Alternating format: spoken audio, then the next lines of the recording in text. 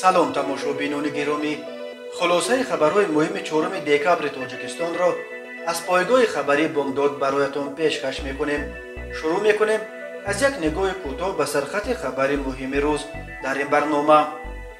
مرگ فاجعه‌ای جوانزن تاجیک ملاحت رحیمووا بر اثر طوفان در ترکیه. بازداشت دو تاجیک در مرز روسیه با لاتویا با $144,000 پول نقد. چرا بدخشان بحث دودوجان عطاولویف و سیفالله سفروف. ساکن شهر نو عمدیه‌اش را با تبر کشته سپس او را آتش زده است. مرگ باز یک طفل خردسال در زیر چرخ ماشین. طرف مسکو میرفت و گم شد. عبدالرؤف را 1 سال باز جستجو دارند و اکنون تفصیلات خبرها.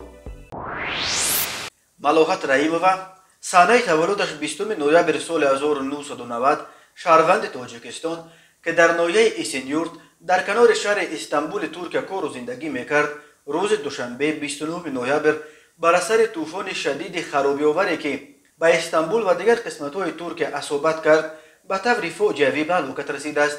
حالا جمعیت تاجیکان ترکیه خویشاوندان این جوانزن جوانمرگ را جستجو دارند تا جنازه‌اش را برای دفن به وطن بفرستند. بر اثر طوفان روز 29 نوامبر در ترکیه دست کم 6 نفر به هلاکت رسیده، حدود 70 نفر مجروح شدند.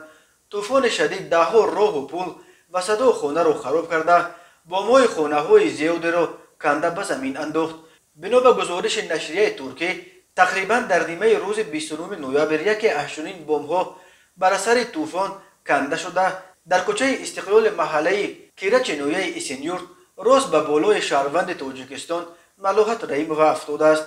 گفته می شود ملاحت که در ایسینیورت کار و زندگی میکرد، به خاطر پناه بردن به یگان مکان امن از طوفان خرابی‌آور در همان لحظه که بمب کنده شد به بخت بدش در کوچه استقلال از راه میگذشت. لحظه به بالای مهاجرزن تاجیک افتادن بمب به دوربین ویدیو کامراهای نظارتی نیز افتیده است. همگی 9 روز قبل از این فاجعه ملاحت رحیمووا زادروز 31 را جشن گرفته بود و اینکه او در این ناحیه واقع در کنار استانبول در قسمت اروپایی ترکیه به چه کار مشغول بود معلومات در دست نیست.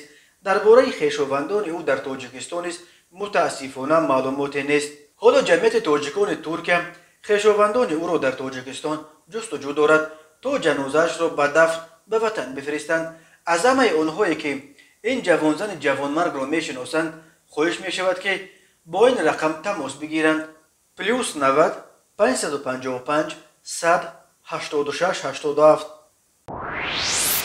تلگرام کانال خدمات مشترک مطبوعات دادگاه ولایت پسکو روسیه روز 3 دکامبر خبر داد که دادگاه نویه زبیش این ولایت پرونده دو شهروند تاجیکستان را که به قاچاق مبلغ خیلی بزرگ پول نقد $114,000 از طرف گروه افراد با مصلحت پیشکی ایبدار می شود برای بررسی قبول کرده است. به این دو تاجیک بر اساس قسم دوم ماده 200 کودکس جنایتی روسیه همچون جزا جریمه به مبلغ از 10 تا 15 مرتبه بیشتر از مبلغ قاچاقی از دست آنها گرفته شده، یعنی از 1.1 تا 1.6 میلیون دلار و یا محدود کردن آزادی یا کارهای مجبوری به مهلت تا 4 سال تهدید میکند.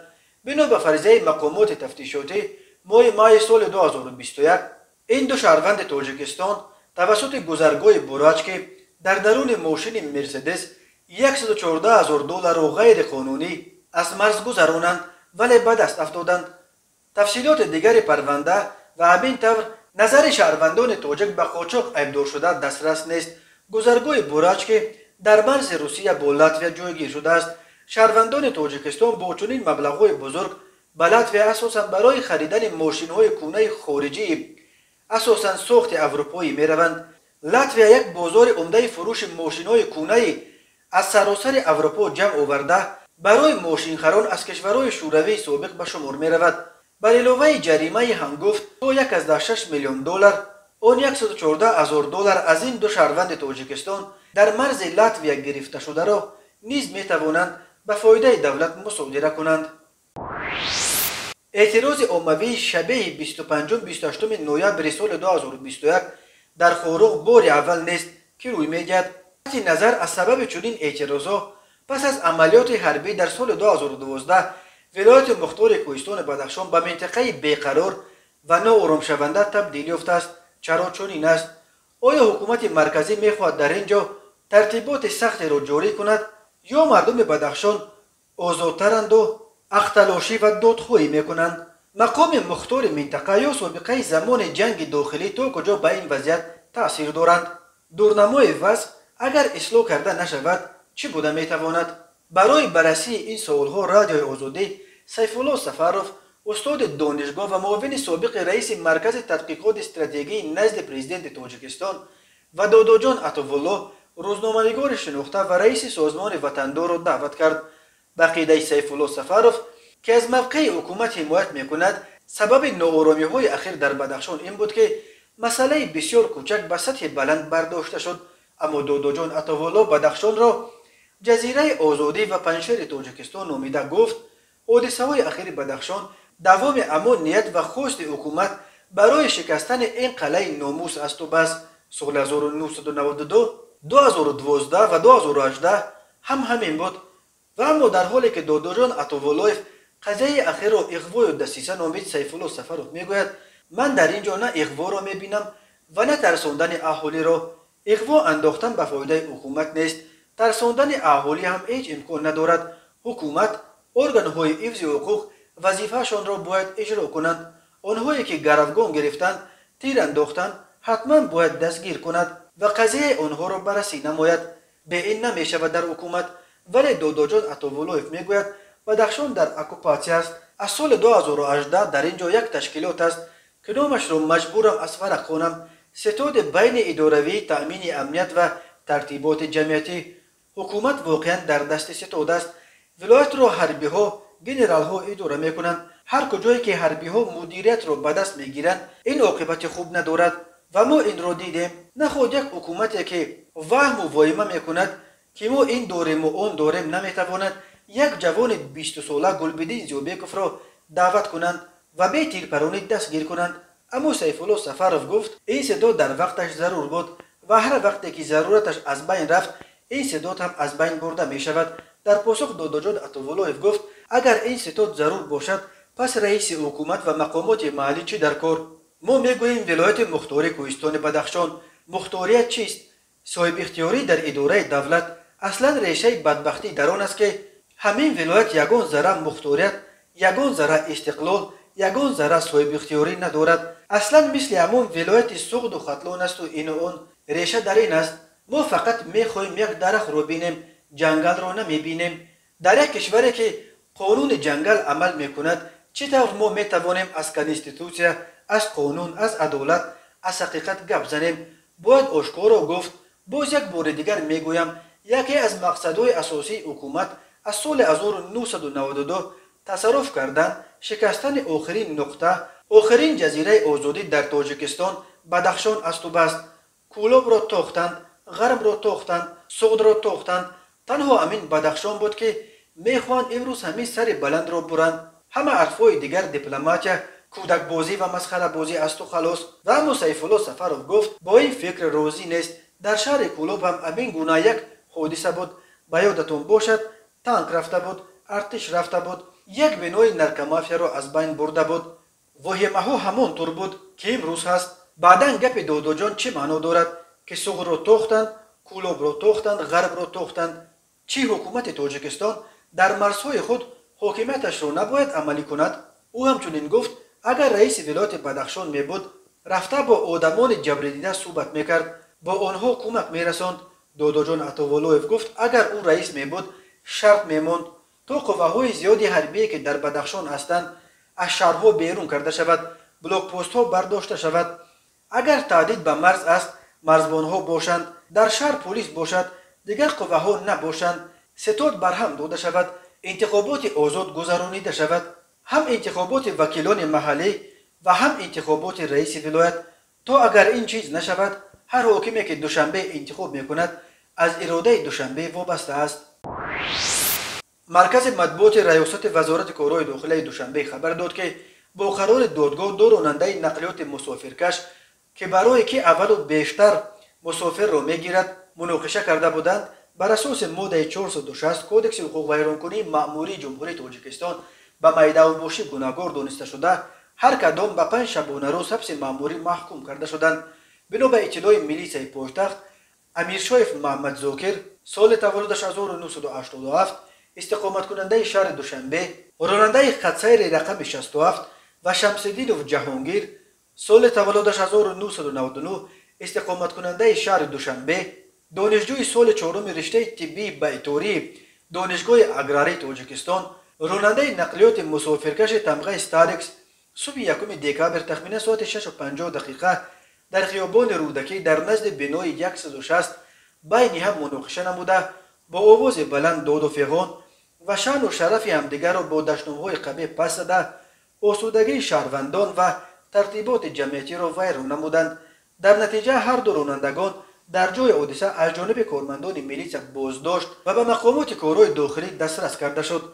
ضمن سنجش و پرسش نامبردگان معین گردید که هر دو دستگیر شدگان هنگام قرار داشتن در ایستگاه آخرین خطسیر رقم 67 با سبب که اول و پیشتر مسافران را میگیرد بین همدیگر مناقشه نموده با آزار لفظی همدیگر ترتیبات جمعیتی را دغلان و ویران کردند. گفته می شود در اطلاعیه میلیسای پایتخت تاجیکستان. هنگام گذرانیدن چهاربینی‌های اپراتیوی جستجویی از جانب کارمندان میلیسیا، مرد 49 ساله ساکن ناحیه شهرنو با گمان صادر نمودن جنایت آدمکشی دستگیر کرده شد. وزارت کارهای داخله گفت نامبرده 3 دکامبر سال 2021 تخمیناً ساعت 11:00 در حدود دهه‌شان با مرد 45 ساله ساکن ناحیه مذکور جنگ و جنجال کرده با تبر 1 مرتبه به گردنش زده، بعداً آخران را آتش زده به هلاکت رسانیده است. اوید به این حادثه تفتیشات ادامه دارد. تفصیلات دیگر حادثه و سبب این مناقشه مرگبار دو همدیه هنوز دسترس نیست. به مرد دستگیر شده از 8 تا 15 سال زندان تهدید میکند، ولی اگر این کشتار همچون کشتار با بیرحمی مخصوص جمع بحث شود به او از 15 تا 25 سال زندان تهدید خواهد کرد. به شعبه وزارت کارهای داخلی یکی در ناحیه رودکی با عریضه مرد 46 ساله ساکن ناحیه مذکور مراجعت نموده است که شب دوم به 3 اکتبر سال 2021 تخمیناً ساعت 9:30 شخصان نامعلوم با راه پنهانی از داخل آقلخانه‌اش یک سر چاره‌های کلان شاخدار را دزدیده از جای حادثه غیب زدند. ضرر رسانیده شده 3200 سامانی را تشکیل می‌دهد. ضمن گذرانیدن چهاربینی‌های اپراتیوی جستجویی از جانب کارمندان میلیسیا، مردان 30 ساله و 26 ساله ساکنان ناحیه رودکی با گمان صادر نمودن جنایت مذکور دستگیر کرده شدند. اوید به این حالت تفتیشات ادامه دارد. مرکز مطبوعات وزارت کارهای داخلی تاجیکستان خبر داد که شام 3 دکامبر تخمیناً ساعت 17:10 راننده ماشین بارکش تمغه دولان شاکمن دولتوف الهام محمودویچ سال تولدش 1969 ساکن ناحیه یوون هنگام حرکت در حدود ناحیه مذکور از عهده اداره واسطه نقلیات نبرآمده پیاده‌گرد خردسال سلیمانوف عبدالرحمن کامل جانویچ سال تولدش 2020 ساکن امین ناحیه را پخش نموده است. در نتیجه کودک جراحت وزن جسمانی برداشته در جای حادثه به هلاکت رسیده است. در یک هفته آخر این علاقه چهارمین کودک خردسال است که بر اثر صدمه‌های نقلیاتی غرورمک شدند. مرکز مطبوعات وزارت کارهای داخلی تاجیکستان قبلا خبر داد که روز 1 دکامبر در 2 صدمه در پنجکند و مومن‌آباد 2 کودک بر اثر صدمه‌های نقلیاتی به هلاکت رسیدند. راه‌های تاجیکستان از لحاظ صدمه‌ها راه‌های خطرناک به شمار می‌روند. در عموم هر سال بر اثر صدمه‌ها در راه‌های جمهوری 100 نفر از جمله 10 کودک هلاک یا مجروح می‌شوند. در سال 2020 بر اثر صدمه‌ها در راه‌های تاجیکستان 375 نفر به هلاکت رسیده، بیش از 1200 نفر معیوب شدند. بنا به آخرین آمار رسمی در 9 ماه اول سال 2021 در 787 صدمه در راه‌های تاجیکستان 290 نفر هلاک و 869 نفر مجروح شدند. در این عکس عبدالغفور عبدالرؤوف عبدالحمیدویچ را می‌بینید. او 2 نوامبر سال 1983 به دنیا آمده است. در تاجیکستان در ولایت سوخت ناحیه باباجان غفوروف جماعت غازیان کوچه رستموف 84 زندگی میکرد. عبدالرؤوف در اول سال 2020 به روسیه به مهاجرت کاری رفته اول در سنت پترزبورگ کار میکرد و سپس به ولایت مسکو رفت و در شهرک لسنوی ناحیه پوشکین کار زندگی میکرد. تخمیناً ماه نوامبر سال 2020 عبدالرؤوف به طرف مسکو رفت با همین بینام و نشان شده است. اهل خانواده عبدالرؤوف از همه آنهایی که او را دیدند و درباره کجا بودنش معلومات دارند خواهش میکنند که با آنها تماس بگیرند. از همه هموطنان عزیز همچنان خواسته می شود که این اعلان را در هر کجایی که می توانید پهن کنید. عبدالرؤوف را در خانه مادر، همسر و فرزندانش بی‌صبرانه منتظرند. تلفن برای تماس در مسکو +7 977 684 35 65. تلفن برای تماس در تاجیکستان +992 918 75 88 52. تماشابینان عزیز و گرامی، این بود مرور به خلاصه چند خبر مهم امروز تاجیکستان. خبر و گزارش های بیشتر از تاجیکستان و درباره تاجیکستان و اطراف آن را در سامانه پایگاه خبری بامداد در این نشانه پیگیری نمایید: www.bomdad.com. خوش باشید.